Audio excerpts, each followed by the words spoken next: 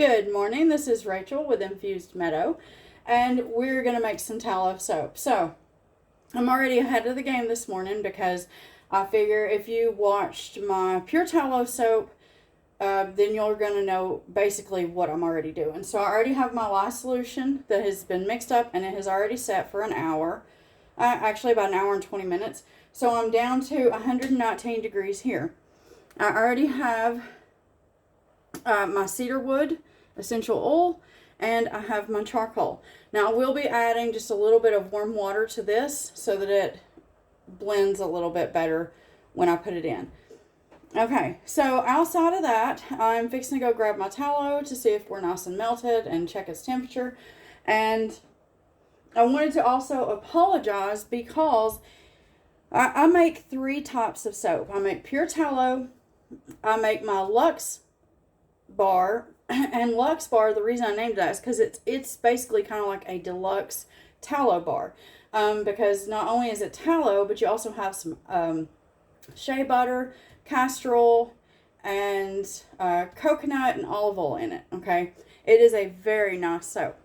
Anyway, and then I have what I call the all natural bar, which it is a basic, well, basically it's primarily olive oil and then coconut and castor. Anyway, it doesn't matter. The ingredients are on, they're in the listing as well as on the box. So, pure tallow, if you make pure tallow, and this is why I'm apologizing. When I told you last time, I was thinking of my Lux bar. So when you make something like the deluxe tallow, which is where you take tallow and you're going to mix it with other oils, that does need to set for 24 hours. Sometimes a little more than 24 hours before you cut it. Sometimes it needs a little bit closer to 36 hours. Pure tallow, however, needs to be cut usually within 4 to 6 hours of pour. And then whenever I get to making the all natural soap, which I've not needed that. I have had a lot of sales lately for the rosemary and the lemon, especially the lemon. But until I need that, I'm not going to just make it for it to just set, When I get to, because I think I have, on my shelf right now, I think I have like 64 lemon bars still, and I believe I have 68 rosemary bars. So until I get down to around 40 bars, there's no point in me making more of anything, to be honest with you, unless sales actually pick up to the point to where I'm gonna, then I need to go ahead and start rushing into making more soap so that it has its 4 weeks of cure time. Anyway, so this is where we are, and that's me explaining. So on the pure tallow, if you make a pure tallow or a pure lard bar, you're gonna want to be able to be around to cut that 4 to 6 hours. Basically, you'll pull it from your mold, and you should be able to tell if your bar is nice and firm and feels like a nice block of cheese. Because once pure tallow gets too firm, when you go to cut it, it'll crumble. Or if it goes even further, it will shatter when you go to cut it. Okay, and I apologize. I had it in my head last time, the Lux bar, and not the pure tallow, so I just wanted to clear that up. So with this, it is still a pure tallow because there's no other oils going into this. So I will cut this probably about 4.5 to 5 hours after I pour it. And I will try to do a video. The last time I said I would do a video and I didn't, and I'll just tell you right now, it was because when it come time to pour, I was paused on a video that I was already doing for dinner. And so I just came in here, I cut the soap, and I put it onto the rack for it to cure, and then, washed my hands and went back to dinner. So that was what happened there. And I don't generally edit videos, and that's just me telling you exactly what happened. So I apologize, but today I should have it timed just right to where I can cut this one before I do dinner. All right, so I'm going to go check on my tallow, and we'll be back. Okay, so what I'm going to do is I'm going to go ahead and I'm going to add in my charcoal first. Now, this may not be the same way that everybody else is doing it. I don't know. We all learn different, but we all come to the same end results. So, that's what's important. All right. I'm now going to use my immersion blender. When you put your immersion blender in, I go in at a tilt, and then I tilt it a little bit more to make sure that there's not an air bubble in there. And then just want to mix this.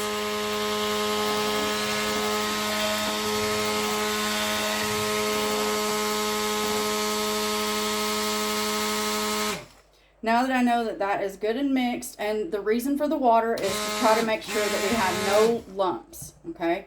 I'm going to go ahead and I'm going to pour in my lye.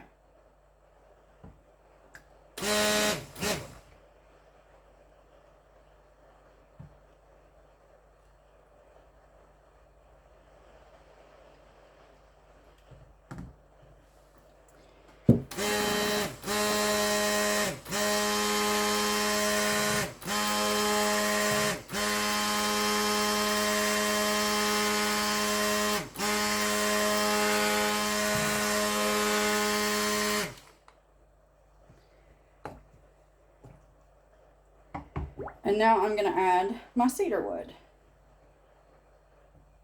Always make sure that you tilt that immersion blender just in case you have an air bubble.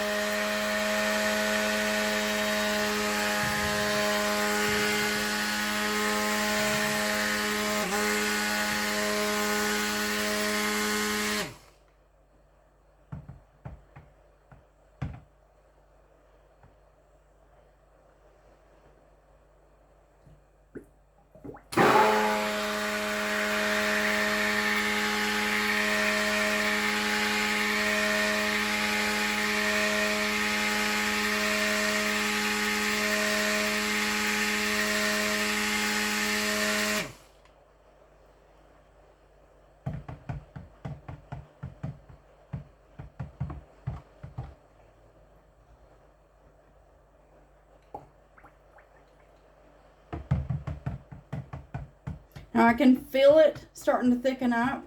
I'm looking for trace. I do not go to a heavy trace. Again, this is one of those, everybody's different.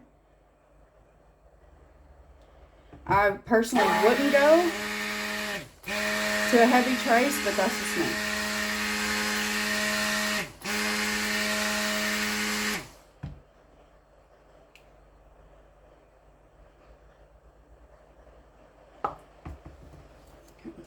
I'm going to call it there.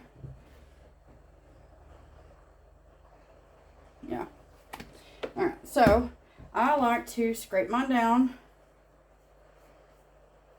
because, you know, why waste even with soap batter?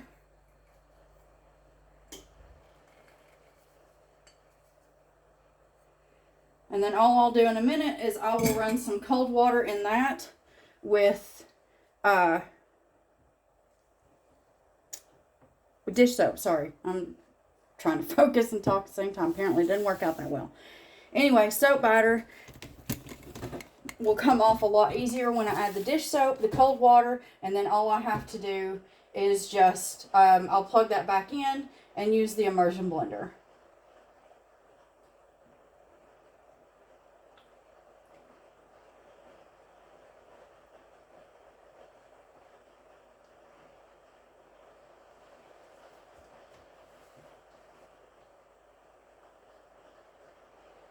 Now, anytime you're doing soap, always make sure all of your equipment is clean and ready to go. You do not want to use dirty equipment. That makes for dirty soap.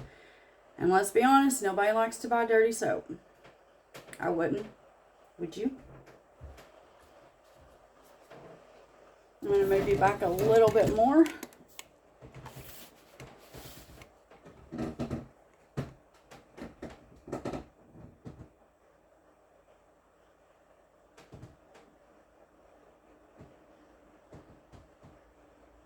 And what you're hearing is, if you hear it at all, would be the rain.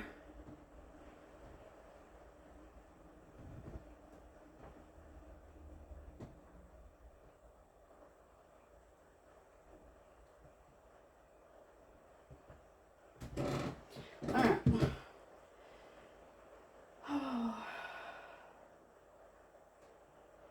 So with what I have left here, I am going to, give me 1 second.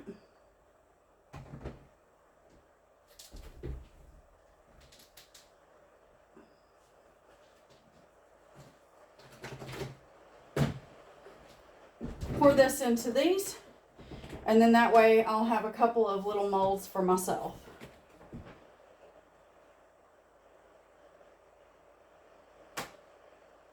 And the upside to these little molds, you do not have to worry about cutting.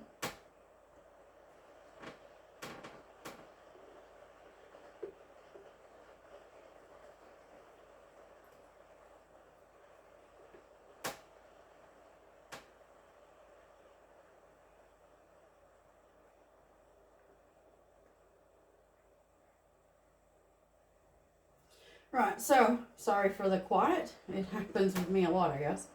All I'm going to do now is I'm going to give this just a little bit of time to set. And I have an area in my living room, so once this sets enough to where I'm comfortable moving it, I will then take that into the living room where I will cover it with, I like to put parchment paper over the top, and then after a few minutes, I will go ahead and put, I have a box that I put over it. So that's what I do. And that's my little, you know, hot box, so to speak. You don't actually have to do that with tallow. It's just something that I like to do to make sure that no dust or anything gets on the top of my soap. So there you go. All right, so as you can see, this was not that, you know, it's not too hard. It is time consuming, just like everything else that I show you how to do, I guess. So I'm going to let this set until it stops jiggling. I don't tend to do any of the designs on the top of the soap. That's just me. There are sometimes I might, you know, have a wild hair and I'll do a little something, but overall I generally I like to let it be its beautiful self. I also do not spray my soap with alcohol. I am someone that has very, very sensitive skin, and me and alcohol don't quite get along. It is what it is. And, you know, if you've ever done your research, you know that there's more than one type of alcohol. And my problem seems to be the isopropyl alcohol. And so I can't use it, and therefore I don't use it on this. And the only thing that does is it helps to prevent soda ash from developing, which is where your bar soap can develop, you know, a white ashy look to it. There's nothing wrong with it. It's just cosmetic. It still, you know, does exactly what it's supposed to do as a soap. I personally, just like I said, due to allergies, I don't use the alcohol, and I'm okay with that. So far, I believe my customers are okay with that, because my Pure Tallow, this charcoal bar, the Luxe Rose, the Luxe Eucalyptus, the All Natural Lemon, and the All Natural Rosemary are the most popular. And so this one, this month, has outsold my Pure Tallow. So obviously people don't mind that I'm not using alcohol, and they don't mind the soda ash. That just naturally occurs. So if you do, you know, like I said, if you do decide you want to make soap, if you want to add the alcohol, you go right ahead. Just make sure you do your research on all the ingredients that you use and make it your own. Just like I said, research. You also need to know about essential oils, because not all essential oils are skin safe. Not all essential oils are face safe. They're not all pet safe. So do your research before you make anything, especially when it comes to this kind of stuff, okay? Always have your protective gear. And other than that, try to have fun with it. If you're in the U.S., you only have certain rules and regulations that you have to follow, so you can get in there and you can tinker, and you can try and make a natural colorants, like out of your beetroot, strawberry, ginger, turmeric, all the natural things, paprika. They all help to naturally color your soap. So just go, you know, do your research, find out how to use it if you want to. You can even use fruits, avocado, aloe. Sky's the limit, really. You just do your research and find out what works, though, because I guess the sky is the limit, but at the same time, there is still a limit, if that makes sense. Anywho, I'm going to stop talking. I'm going to give this a few more minutes, and I'm going to get this moved. So I hope that you enjoyed this video. I hope it helped in some way, shape, or form. And as always, I hope you have yourself a wonderful day.